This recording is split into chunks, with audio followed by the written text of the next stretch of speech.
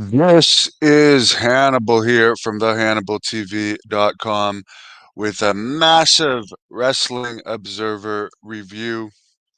It's one of the biggest updates I've seen in recent memory. And of course, a big part of it had to do with something I've already talked about, which was Vince McMahon's April 21st response to Janelle Grant's lawsuit against him.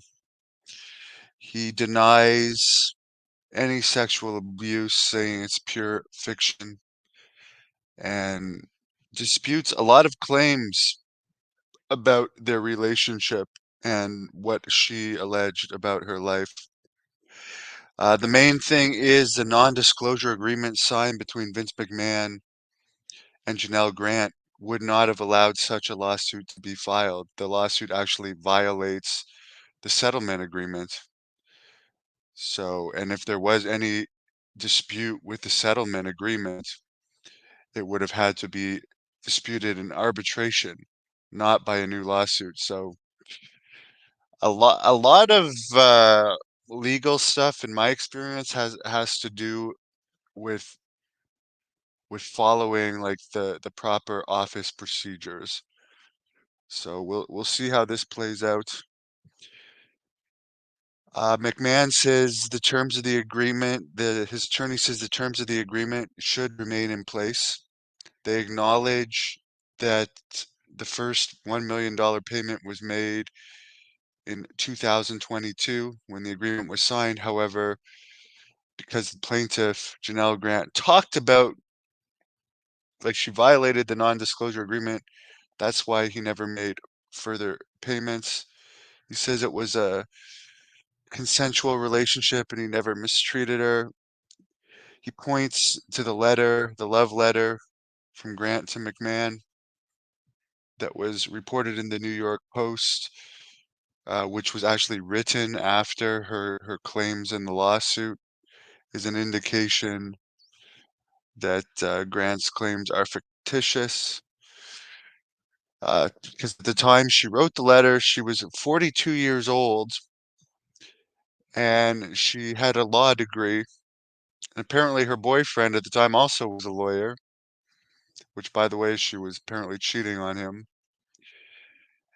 And she, like, they're basically claiming she would have known, like, writing such a letter would not be good for a case if she was forced, as she claimed, which I still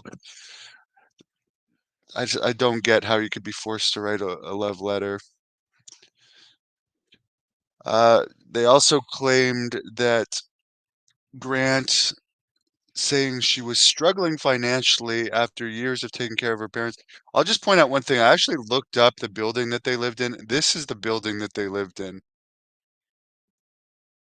Both Vince McMahon and Janelle Grant lived in this building. I don't think anyone struggling financially is going to live in this building.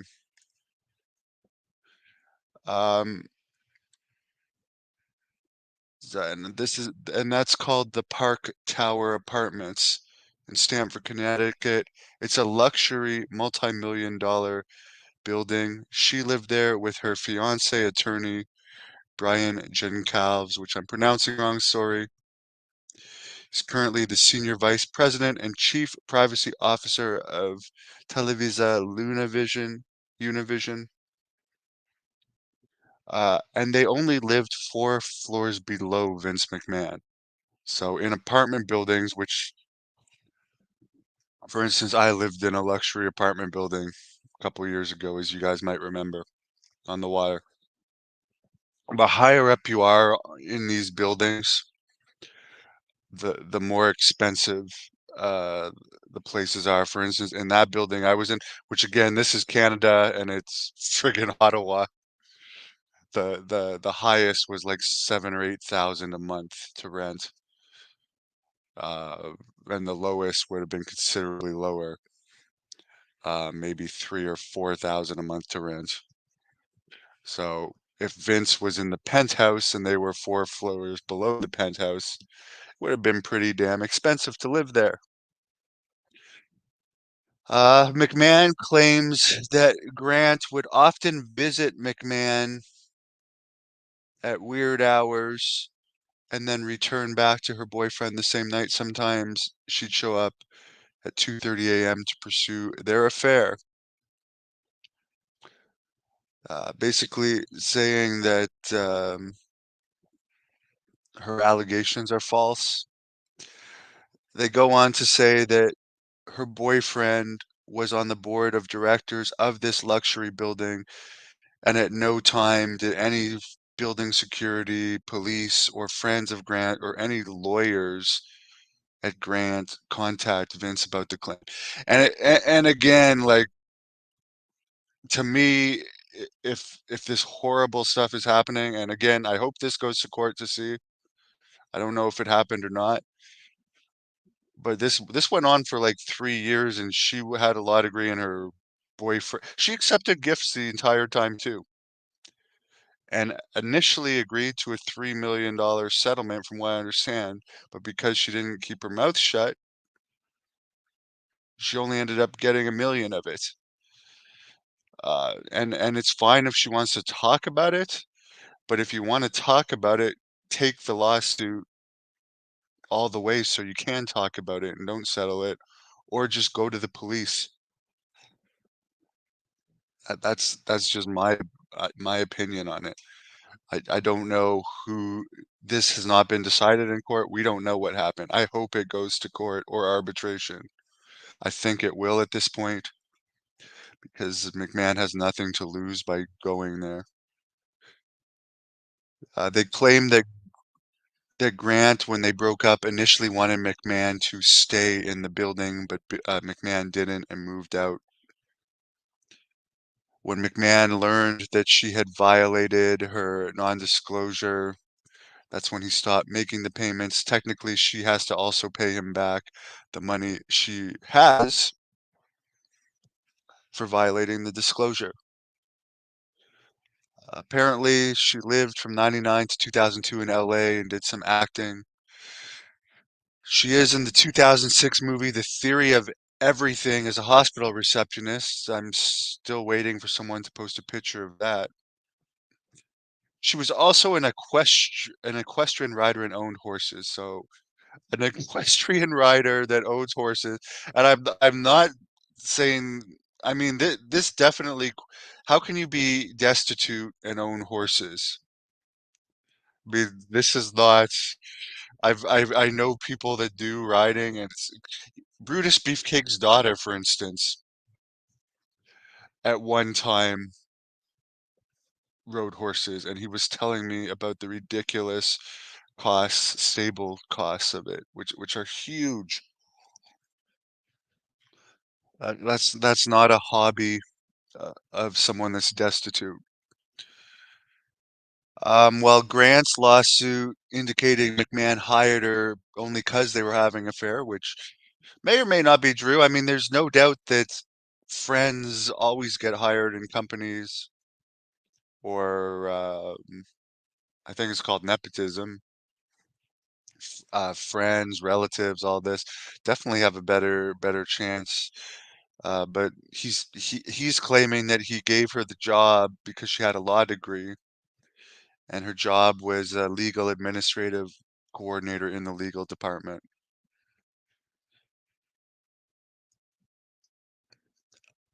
Um, Apparently, the agreement also said, and this is common in legal agreements that I've seen, that you can't make disparaging remarks about the person publicly or to third parties or on social media after you sign a non-disclosure agreement. That's the whole point of taking a payment for a non-disclosure agreement. So that definitely is a violation. Um, they also claimed that as far as her claims of taking care of her parents, the father had been dead since 2017. They started their relationship in 2019, and the mother had been dead some time before the father died. And apparently the father was in a retirement home not being taken care of by her. So the the narrative that this is this poor person down on her luck that was taking care of her parents that recently died and was desperate for a job may not be true because clearly she lived in a luxury apartment building with a guy that was a great job rich and was on the board of of the building, and her parents had been dead for years. And apparently she wasn't actually taking like living with them according to this. So Vince is 78 right now. The key to the lawsuit, according to Meltzer, will be to prove the key points wrong. I do think he is going to take this to court. I don't think he's a multi-billionaire. So even if he were to lose in court, which they're like I don't know what the hell will happen in court. Be interesting to see the evidence that would come up, but like it's going to be an amount of money that's going to be pennies to him anyways if he loses. There's no criminal charges. And what would be the point of settling this when she's already come out and blasted him and told all the dirty details of the situation? Like, usually a settlement is to keep that kind of stuff under wraps and protect your reputation. So I could 100% see him taking this to court. In other WWE news, 6 cuts were made and from the main roster, or 5 cuts from the main roster, 1 from NXT were made last Friday. Interesting to see if more are made today. Uh, they were mostly Indian wrestlers that weren't being used. Xia Li from China, Zion Quinn from Australia, Von Wagner, who was apparently on the main roster, but they never used him. Cameron Grimes. They all have no 90-day no compete clauses that would expire in late July. The most famous was Jinder Mahal, who had a long WWE career, spanned over about 15 years. The others were basically not used much. Apparently, all these cuts were Paul Levesque decisions. We know Paul Levesque, although I've seen Jinder sucking up to Paul Levesque in many interviews. A great politician. Of course, you don't have a 15-year career in WWE without being a good politician. But I mean, we saw that Triple H beat Jinder Mahal in India, which killed his push and killed and like say what you want, it killed him in the market. There was never a show as big in India after. Um, so obviously Levesque was probably never that big of a fan of Mahal, who I think McMahon was responsible for his push. And also Seth Rollins got a serious injury that required surgery in a match with Mahal, which is not going to help your standings with the company. Meltzer brings up that one good point about India is now the WWE is going to be on Netflix in India. They're not going to continue their Indian TV deals. AEW could technically pick up those TV deals. So Mahal does have a chance of signing with AEW, despite his Twitter war with Tony Khan.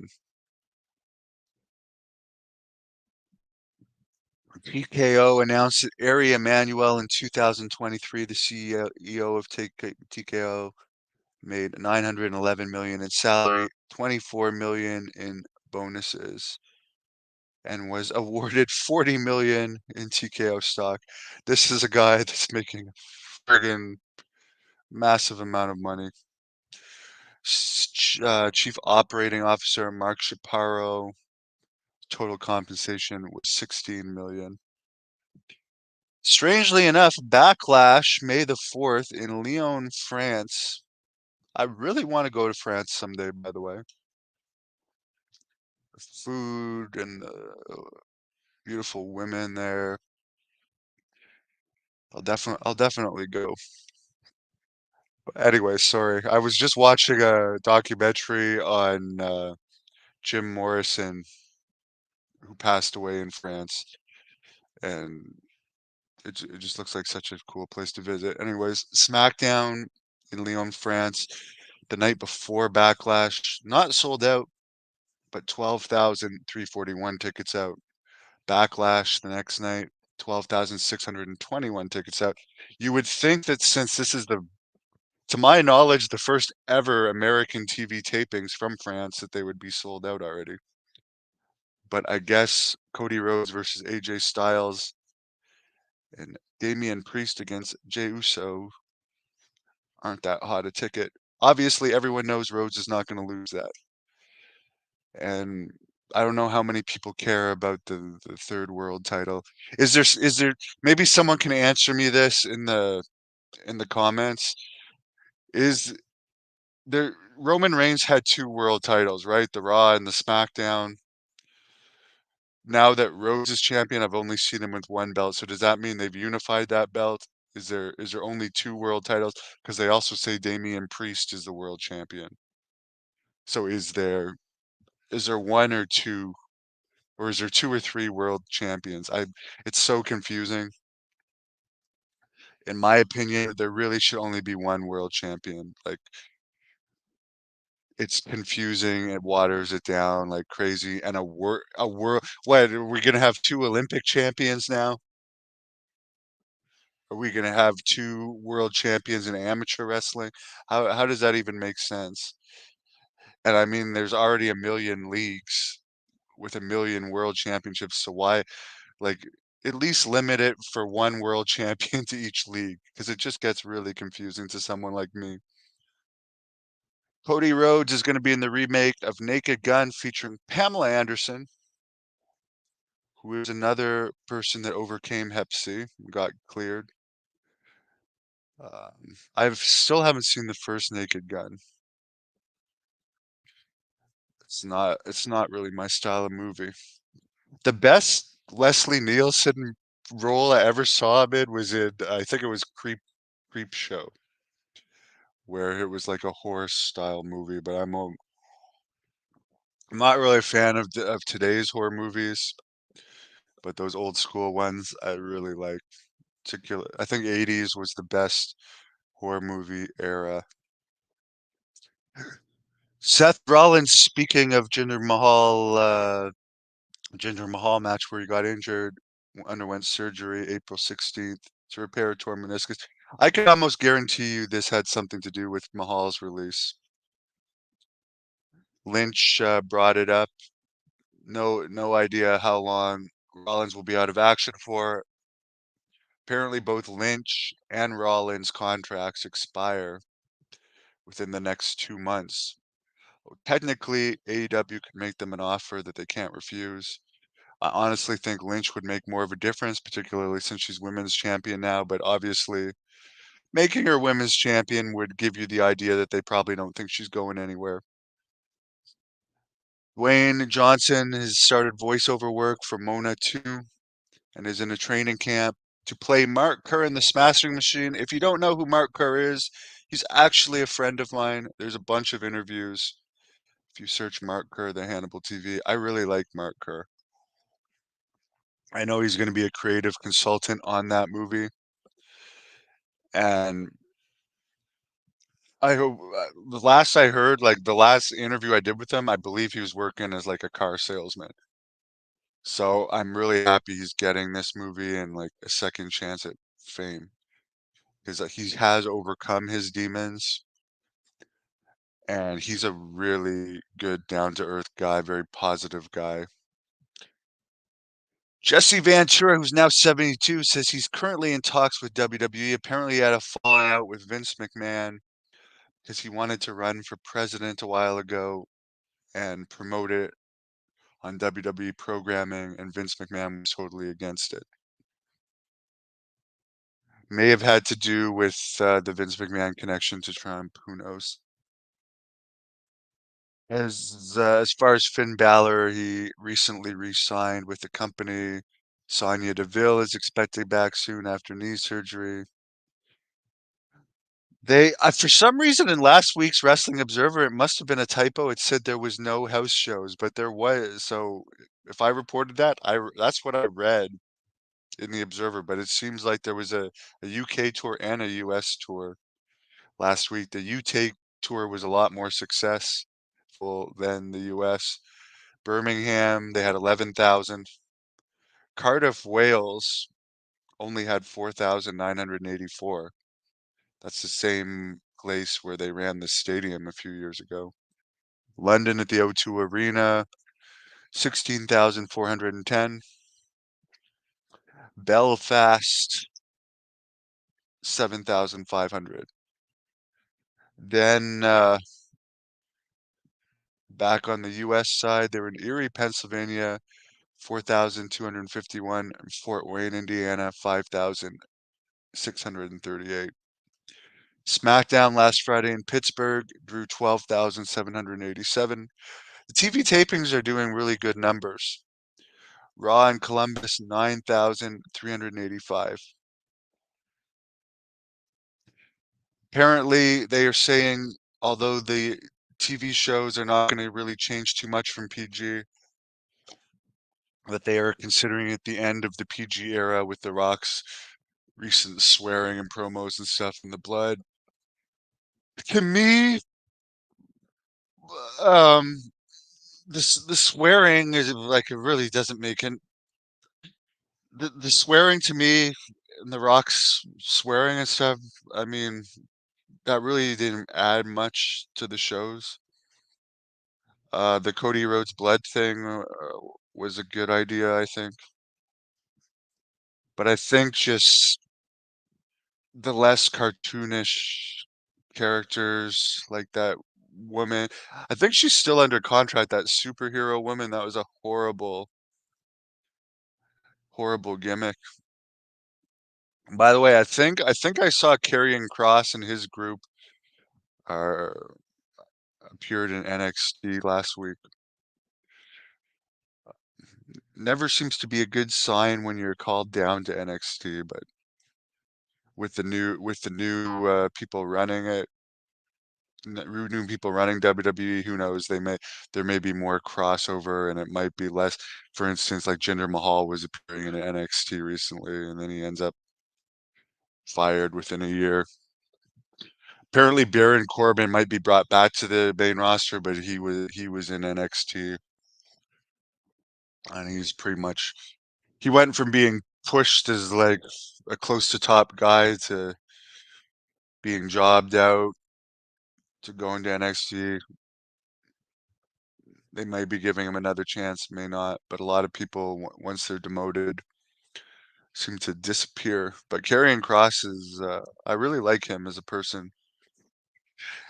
AEW news, the Rampage tapings in Peoria, Illinois, where I think that's where Tony Khan grew up. About 3,000 fans, 3,047. Their Dynasty pay-per-view had between 100 and 108,000 pay-per-view buys. 6,619 fans. They were in a 10,000 seat arena, but that's a good number for AEW. It was the setup they had was for 7,000 fans. So they had a lot of seats blocked off. Dynamite and Ring of Honor tapings in Jacksonville this week, where Tony Khan did the injury angle. Free military tickets for military personnel ended up with 2,177 fans.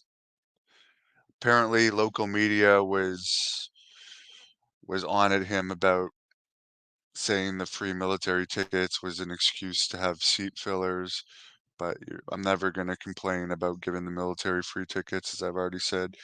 As far as the neck brace angle and beating that Tony Khan took, which let's be honest here, it didn't look that intense, but I can see why he did it because he's wearing this neck brace for the NFL draft, and NFL Films is doing a documentary on him. So it like It brings some attention that, hey, why is he wearing a neck brace? Let's look it up on AEW.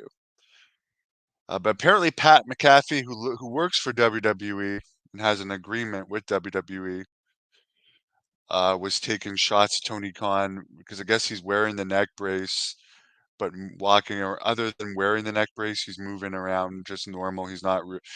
Pat McAfee's basically saying, other than wearing the neck brace, he's not selling it like he's really hurt.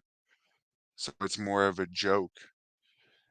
He said, quote, someone should tell Tony Khan that if you have a neck brace on, don't effing move around like nothing's wrong. Stick to the gimmick and look straight ahead like your neck's broken, end quote. Apparently, Colt Cabana, it's unknown if he's still with AEW or not because he kind of disappeared once CM Punk appeared in the company. Apparently, he was a producer but not being used. It's still being paid. Uh, his status seems to be unknown right now. One of the lost AEW employee. There's so many people in AEW. I mean, I've heard, and it's good for the wrestlers as they're getting money. I wish I could get money for doing nothing. But like, I still work a regular job, and I work on YouTube as well, and I work very hard. So I wish I could have one of these friggin' AEW contracts where you're paid. I think the minimum is like $150,000 American for doing nothing. But definitely CM Punk is one of these lost guys. I mean, we hear that Jake the Snake was just re-signed, and strangely enough, most of the time that we see the Murder Hawk whatever Lance Archer wrestling lately, including the recent event I attended in Ottawa, Jake is just not managing him. So it's like they re-signed the guy, and it's like just a favor to give him money, which is great. I'm glad Jake is getting that. But it's like I think Vince Russo said it, Tony Khan collects wrestlers. It's like, let's just throw all these guys under contract and do nothing with them. More is not better. More is not better. It's better to like have like the best of the best and use them. Like, and I'm not saying Jake is a bad signing. If Jake had actually appeared with Lance Cade, for instance, or Lance Archer at that Ottawa collision that I attended, he would have got probably the biggest pop of the night. So it's like, why do you have these guys under contract? Legends that are, and especially when there was so many nobodies on that Ottawa show, like just a retarded amount of nobodies. And you have people like is Ric Flair still under contract? And I'll just bring this up one more time. Here's the poster for the AEW in Ottawa. I took this picture. This is one of the problems I have with AEW. Okay, I took this picture in the arena. These are the posters that were in the arena that night. John Moxley was not there. Chris Jericho was not there. FTR was not there. Kenny Omega was not there. Um, the woman there, I forget her name in the black and white. I never saw her wrestle. So unless I fell asleep, she was not there. Why does nobody give AEW shit that they advertise people that aren't there? Chris Jericho is right in the middle of the freaking poster. He was not at the show. That's false freaking advertising. I mean, that's one of, and they're paying these guys, right? So for instance, you have all these stars. Why the hell was the show filled with Ring of Honor nobodies? I mean, this is why their shows are dropping, not only because the shows are 5 hours long, but they're advertising all these stars, and then you show up to the show, and these people aren't there. Okay, so let's look at some of their upcoming numbers. Dynamite coming up in Winnipeg, the hometown of Chris Jericho, 3,600 pre-sold. Dynamite in Edmonton, I think this might be AEW's debut in Edmonton. Don't quote me on that. I don't know. big wrestling city. I mentioned recently in one of my book entries, I wrestled there in front of 14,000 on SmackDown. They got 3,400 pre-sold.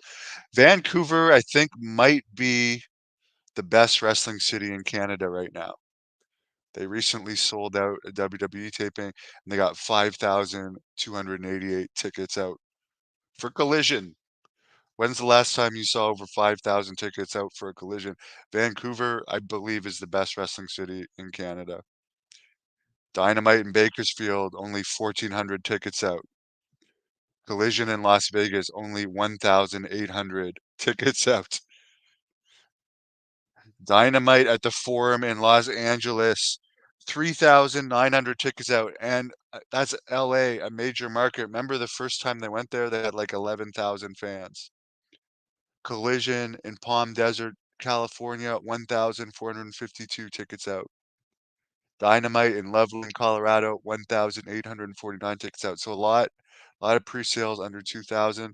Vancouver, man, that's a wrestling town. In other news, New Japan Pro Wrestling is acquiring Stardom, which I guess they already had some type of affiliation. TNA had its Rebellion pay-per-view in Las Vegas. Apparently, only about 500 pay-per-view buys. Big news out of that. Matt Hardy and Sami Callihan returned, although apparently neither of them signed a contract. Mike Santana from AEW, one of the guys that wasn't being used much in AEW, has returned to TNA. I believe he signed a contract. Apparently, they did pay-per-view there and a taping, and they were heavily papered at the Palms Hotel. And one thing you can do in Vegas for anyone that goes to Vegas is they paper a lot of shows there. There's actually booths you can go to get free tickets all over Vegas because it's such a tourist town. So they ended up with 1,150 for the pay-per-view and 876 for the TV taping. But again, heavily papered. Las Vegas is an easy town to paper. The Billy Corgan reality show is not going to be on the CW network as he originally claimed he was going to have two television shows on a national network. It's only on the CW app. As I've said before, since they switched to the CW app, we're acting like that's a good thing. You hear nothing about NWA anymore. Nothing. I mean, this is the biggest news I've heard from the NWA since they moved to the app is Billy Corgan's network is also Billy Corgan's reality show is also going to be on the app. It's going to be called Adventures in Carneyland. In MMA news, the PFL show in Chicago with an NBA lead-in only did a 0.15 rating. Jake Paul claimed he has a $10 million offer to fight both Nate Diaz and George Masvidal. I don't even see anyone wanting to see Jake Paul against Nate Diaz. Maybe I'm wrong. Him against George Masvidal would be a way bigger draw. Everybody knows that the Diaz brothers, like they're pretty beat up right now. Like they've been out of UFC long enough that their names aren't as strong. Where Masvidal is pretty fresh out and he's famous. Like he's way more famous. Meltzer brings up here that they did do a show April 19th at the Wintrust Arena in Chicago and drew far less than New Japan at the same show. They did not release a number, but I think New Japan drew around 5 to 6,000. So let's give a guess that it was around 3,000 for the PFL. Cain Velasquez attempted murder trial takes place September 9th. UFC 303, Conor McGregor versus Michael Chandler. There's tickets, like normal tickets that are $12,000. VIP tickets are even higher. They're There are super rich people that can afford that. UFC 304 in Manchester, England, July 27th, will feature interim heavyweight champion Tom Aspinall versus Leon Edwards. Or sorry, Tom Aspinall will defend his heavyweight title, and Leon Edwards will defend his welterweight title. They were not going to fight each other. Um, John Jones, I believe, is the heavyweight champion, but we don't like the last we heard about Jones, he was having issues getting getting tested. So, but UFC is clearly doing great despite Conor McGregor being their most known star, and there not being really anyone close, any new up and coming stars close to the level of McGregor, but they're obviously drawing really well. Alfred likes hearing the wrestling news. I don't think the love letter was dated wrong. She what Vince McMahon is saying is she wrote the love letter after these accusations supposedly happened, not after she made the accusations public, but McMahon's lawyers are saying that all this stuff supposedly happened before she wrote the love letter. Young Macho Man, I seem to be like one of the people that, despite being known in wrestling and having by far the largest wrestling YouTube channel in Canada, and my matches on YouTube as both the Blood Hunter and Hannibal have far, far, far more hits than most independent wrestlers. I'm one of the ones that no one ever wants to give a chance to. Mortal says Vince McMahon is innocent. Alfred, what wrestler would I want to interview? Jesse the Body Ventura.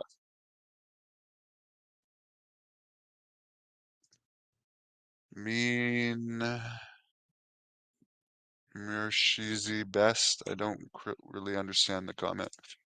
Rollins, 2 worlds titles. Okay, so there's 2 world titles. The Universal title was retired when Cody won it. Thank you for clarifying that. Tessa Blanchard, I've asked her about interviews before. She doesn't seem interested. I know we would use her in Great North Wrestling. I know we would definitely use her in Great North Wrestling because I bought a lot of matches. I bought the rights to air a lot of her matches from PCW Ultra on this channel. If you search Tessa Blanchard, the Hannibal TV, you can see a ton of matches of hers, including versus Jordan Grace and Britt Baker and Chelsea Green, and they all did really well. So we would definitely have her in Great North Wrestling. Jack Kilby is who runs it, but we I have told him he should book her, but um, who knows? Maybe if that happens, I would get an interview with her. Someone says Ronda Rousey believes that Vince is still running the WWE through Bruce Pritchard. Uh, I I don't think so. I think the first time he claimed he was retired, yes, 100%, but not now.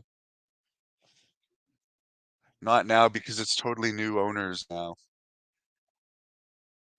Um, and I like Bruce, but I do believe Vince Russo that eventually, and it's not going to happen all at once, the whole old regime is going to be gone.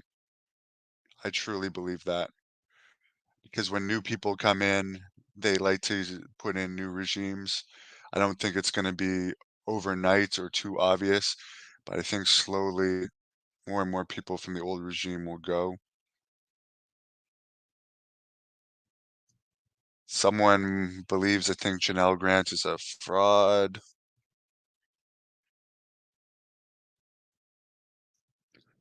Someone says if it wasn't for Vince, wrestling would never be mainstream. That is true.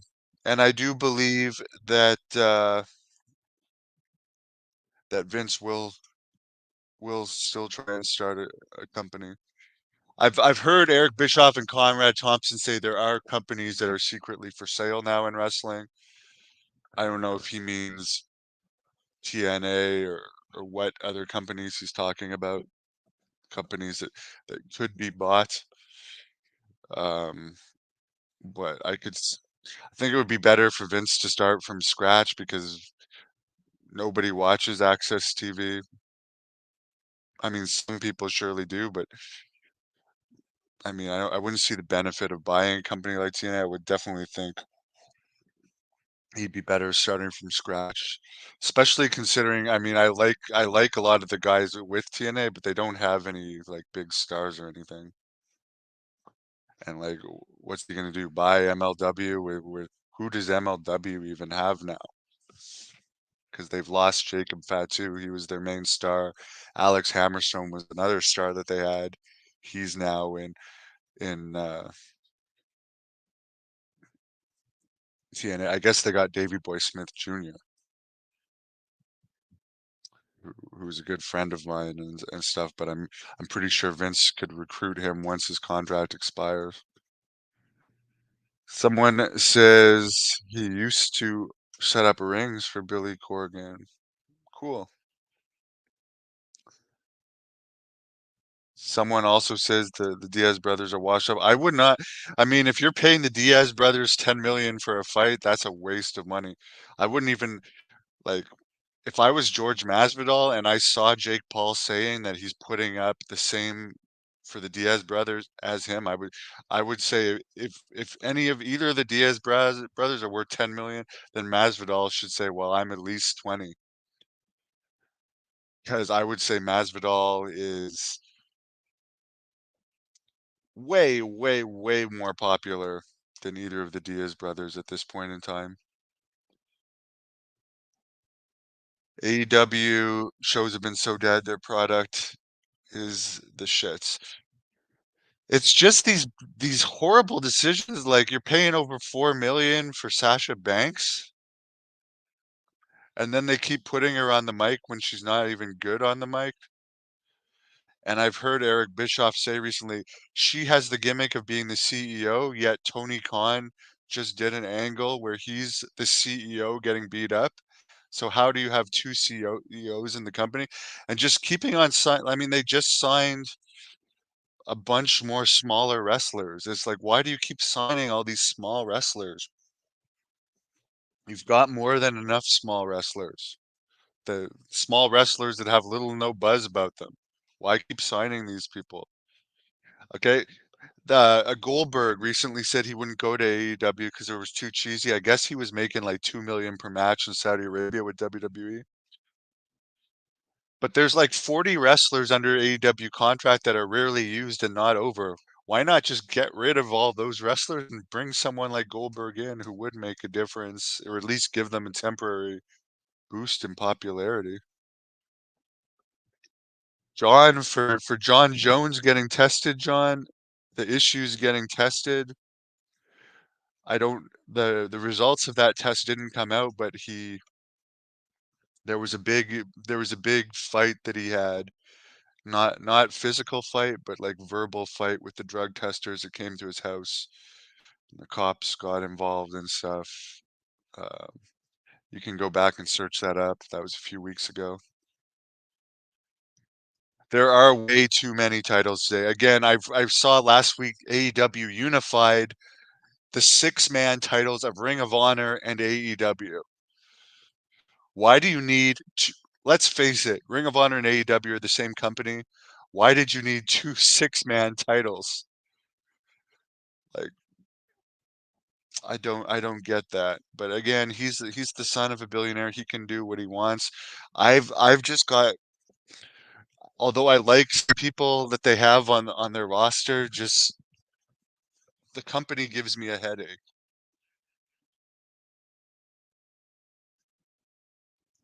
The only Cody Rhodes interactions I had was he was supposed to wrestle me back, I think, in 2019, in August 2019, in Hawkesbury, Ontario. There was the one and only event we ever booked on a Sunday,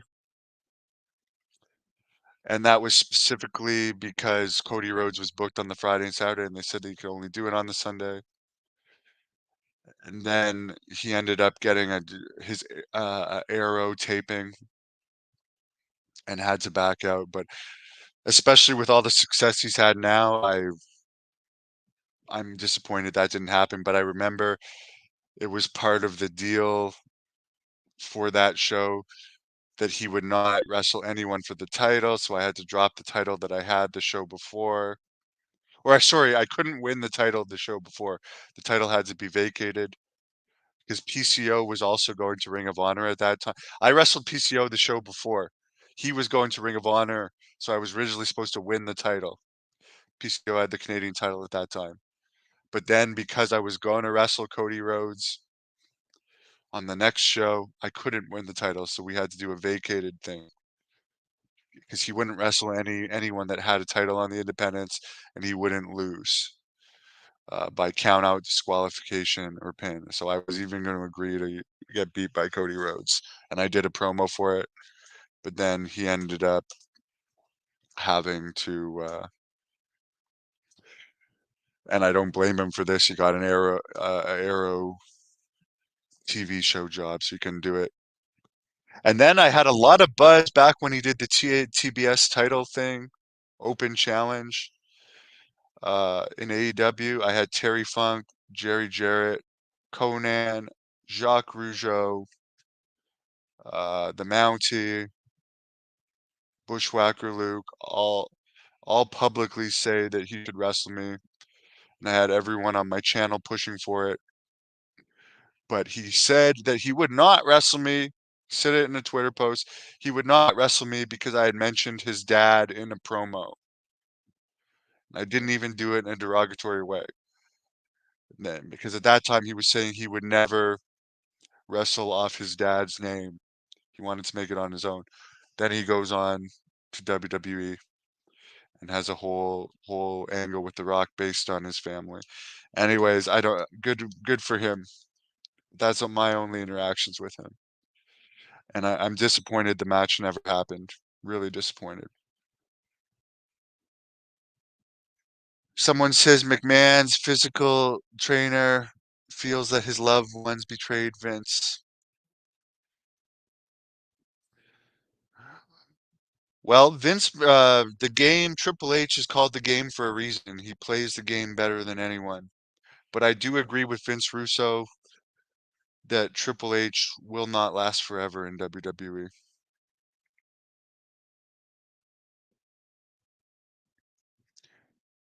Goldberg's retirement match. I think he will have a retirement match eventually. Someone does not like all the rules of UFC. I have like zero interest in UFC these days, other than seeing how much money they make. Tessa Blanchard has been in XPW wrestling for Rob Black. I did not even know that.